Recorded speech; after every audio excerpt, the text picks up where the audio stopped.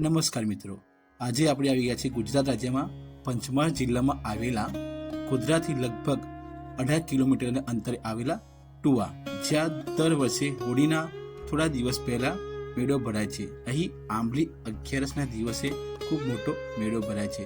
મિત્રો, આ જગ્યાનું નામ છે ટુવા, જ્યાં ગરમ અને ઠંડા પાણીના કુંડ આવેલા છે. મિત્રો, આજે આંબલી 11 છે, એટલા માટે આજે અહીં મેળો ભરાય છે. મિત્રો, અહીં દર વર્ષે મોટી સંખ્યામાં ઘણા બધા શ્રદ્ધાળુ આજુબાજુના ગામના અહીંયા આ દિવસે દર્શન કરવા માટે આવે છે અને આજે ખૂબ મોટો મેળો પણ ભરાય છે. વિડીયોમાં તમે જોઈ શકો છો, દર્શન કરવા માટે અને આ મેળામાં ફરવા માટે આવે છે. અહીં તમને ઘણી બધી જાતની અને અલગ અલગ પ્રકારની દુકાનો તમને જોવા મળી જશે. મિત્રો, અહીં ખૂબ મોટી સંખ્યામાં આજુબાજુના ગામના લોકો દર્શન કરવા માટે આવે છે અને મિત્રો, માનવામાં આવે છે કે આજના દિવસે જો નાના બાળકોને અહીં આવેલા ગરમ પાણીના કુંડમાં સ્નાન કરવામાં આવે તો એમની શરીરમાં રહેલી બીમારી અને આવતી જે પણ બીમારી હોય એ મટી જાય છે.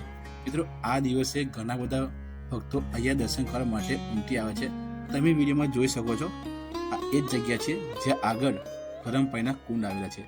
અહીં ઘણી બધી દુકાનો પણ બની ગઈ છે.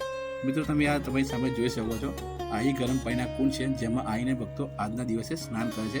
આજનો દિવસ ખૂબ પવિત્ર અને ભક્તિમય માનવામાં આવે છે. મિત્રો, અહીં તમે જો આવવા માંગતા હોય તો ગોધરાથી લગભગ 18 કિલોમીટર દૂર આ જગ્યા આવેલી છે અને આનું નામ છે ટુવા ટીંબા, જ્યાં ગરમ પાણીના કુંડ આવેલા છે. પાવાગઢથી આ જગ્યાની દૂરી 70 થી 80 કિલોમીટર થાય છે અને ફાગવેલથી લગભગ 30 કિલોમીટર અને આપણા યાત્રાધામ ડાકોરથી લગભગ 25 થી 30 કિલોમીટર અંતરે આ જગ્યા આવેલી છે.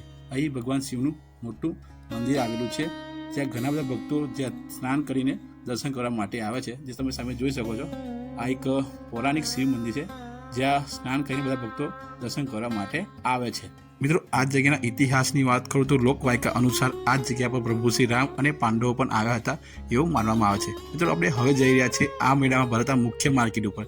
મિત્રો, અમદાવાદ ઇન્દોર હાઈવે પર આ મેળાનું મુખ્ય માર્કેટ ભરાય છે, જ્યાં ઘણી બધી વસ્તુ, ઘર ચીજ અને કટરરી સામાન અને ઇત્યાદિ ઘણી બધી વસ્તુઓ તમને મળી જશે. મિત્રો, અહીં શેરડીનો રસ પણ પીવા લાયક છે.